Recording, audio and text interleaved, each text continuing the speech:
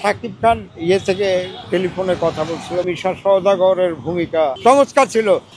প্রতি সময় সে টেলিফোনে নিউজ দিয়েছে। শিল্পী সমিতির অনেকেই ঢাকার বাইরে কিংবা এই ঘটনা, কিন্তু প্রেসিডেন্ট শাকিব খান থেকে টেলিফোনে কথা বলছিল, বাইরে ছিল বোধহয়। হ্যাঁ, এবং মাত্র বোধহয় 3-4 দিনের ভিতরে কবে জানি আসছে। আজকেই কথা হলো যে বাবা আমি আসছি, আমি বাসায় আসবো। আর কি বলার আছে? আর তো কিছু বলার নাই। আর একটি কথা বলি, মিশা সওদাগরের ভূমিকা চমৎকার ছিল। প্রতি সময় সে টেলিফোনে নিউজ দিয়েছে, আর সাহস দিয়েছে, মানিক ভাই ভয় পায় না, আপনি ভাই মানিক, আপনি কেউ ভুল করলে আমরা ভুল করবো না। সমগ্র দেশবাসীর কাছে আপনারা নিউজ শুনবেন, অনেক সময় ফেক নিউজ হতে পারে, অনেক সময় ভুল তথ্য যেতে পারে। আপনারা আগে জানবেন, তারপরে এই বিষয় নিয়ে আলোচনা করবেন। আমি যে কোনো সময় অ্যাক্সিডেন্ট করে মারা যাই, নিউজ আসছে, হয়তো দেখালো আমি বাসায়। এই যে একটা নিউজ কে বা কাহারা কেন ছড়িয়েছে, এটা হঠাৎ করে একটা নিউজ হলে আতঙ্কের ব্যাপার হয়ে যেতে পারে, অনেক স্পর্শকাতর ব্যাপার থাকে। আমার মাও নাই, বাবাও নাই, কিন্তু আমার ভাই বোনরা এই একজন ফোন করলে আরেকজন ফোন ছড়ে।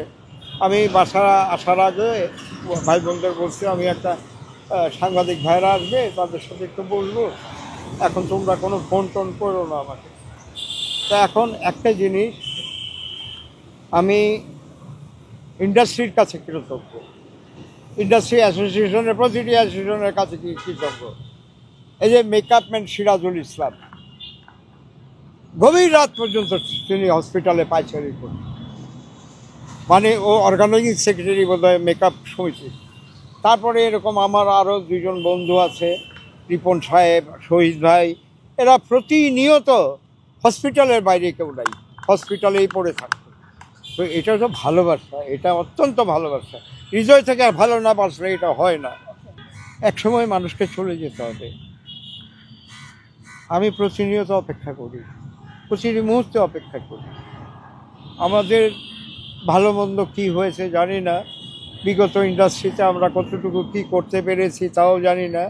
আপনারা দেখেছেন, আপনারাই জানেন। একের পর এক বন্ধুগুলো চলে গেল, শহীদ ইসলাম খোকন, সোহানুর রহমান সোহান, আরও যারা আছেন তারাও সবাই অসুস্থ, বাদল খন্দকার অসুস্থ, রায়হান মজিব অসুস্থ। আরেকটি জিনিস আমার মিস হয়ে গেছে, এই নিউজটা আপনারা দিয়ে দেন, তাহলে নাহলে আমার প্রতি মাইন্ড করবে। সেটা হলো শাহ আলম কিরণ, মানে আমাদের অ্যাসোসিয়েশনের একসময় মহাসচিব ছিলেন, উনি প্রেসিডেন্ট ক্যান্ডিডেট হওয়ার যোগ্যতা বহুত আগের থেকেই রেখে গেছেন, ভীষণ সাংগঠনিক। উনি হসপিটালের পুরো অ্যাডমিনিস্ট্রেশনের পরপর 3 দিন এসে উনি প্রতিটি ডিপার্টমেন্টে কোথায় অপারেশন হবে, কি হচ্ছে না হচ্ছে, ডক্টর, ট্রিটমেন্ট, মেডিসিন, উনি মনিটরিং করেছেন। আর আমার একটা পাগল বন্ধু আছে, আমার খুব ঘনিষ্ঠ বন্ধু, সেটা হচ্ছে রায়হান মজিব। সে তার অসুস্থ, তারপরেও অসুস্থ, সে অনেক দূরে থাকে, এই যে আর উত্তরার একটা ডান দিকে নিজের বাড়িতে থাকে। সে ওখান থেকে চলে আসতো, আইসা ওই একই ডিউটি। আপনি কেন খামাখা টেনশন করেন, আপনি এত মন খারাপ করবেন না, কোনো কিছু না।